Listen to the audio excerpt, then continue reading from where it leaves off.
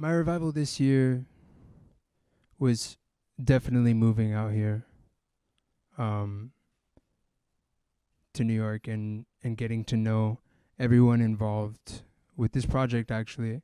But beyond just working on projects with them, um, just as friends and as a community, building things together.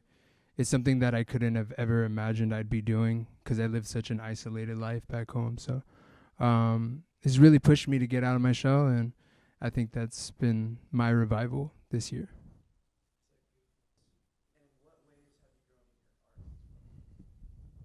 In the last couple of months, I've really been noticing that this thing that we're doing, making music and being creative in general is like something very outside of yourself.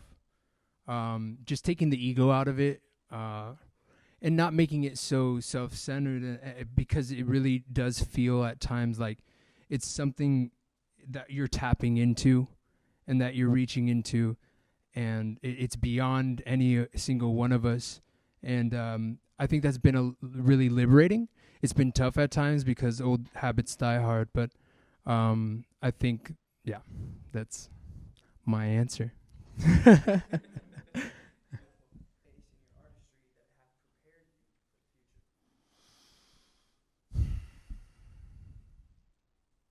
I would say I hate to like keep beating a dead horse, but like really just community, like and collaboration. Like I said, like I always kind of stuck to myself, and it's kind of my nature to be kind of solitary. Um, but it's been pushing, the art's been pushing me to like interact with other people, and just really shake off, some of the to be real with you, like some of the trauma and like the things that I've dealt with in the past. It gets weaker and weaker every day, and the love grows more. So must be doing something right, you know. Snap, snap, pop. All right. GLOOM'S Garcia, Mr. Brandon. Yes, sir. What does New York's revival look like? That's a good question. New York's revival. Obviously none of us know exactly what it's going to look like, but I would hope that it looks like camaraderie. It looks like people, lifting each other up, and also, don't litter, guys. But anyways, cleaner, safer, closer. Interesting. Yes, I mean, Emotions come in when you have a ship. I think that you can't help but change. Like your art can't help but change when your perspective change. If it's coming from you, if it's something that is personal and is something that is strongly connected to you. If your perspective change, of course your art's gonna change as well. How that change looks like, depends on the perspective, I guess. The change in your art has it ever surprised you in that way?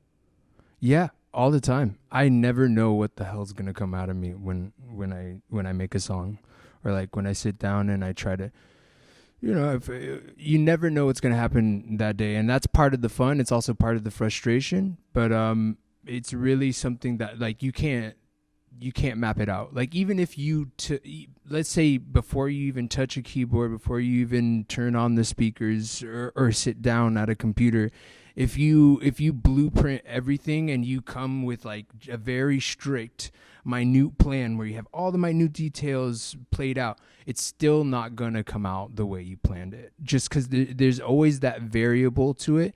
So I've been learning that the less you stress about that and about those, like getting it just right, the easier it is to play, and you might surprise yourself.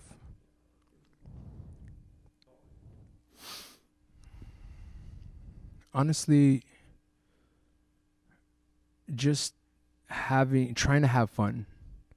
It's a little hard for me sometimes, if I'm being honest. Like but it's just a constant struggle. But learning how to just have fun and how to and learning to just experiment. Like, it's okay if something doesn't sound right the minute you place it onto a timeline. Like, let's not obsess about what frequencies are coming through on the synth on this, like, just get the sounds in that you feel are gonna are meshing together, or like, just follow your intuition and don't get in your own way. Yeah.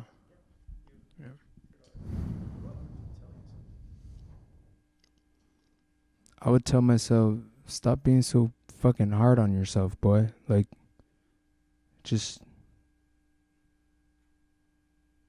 like, what are you doing this for if you're not enjoying it? That's what I would say.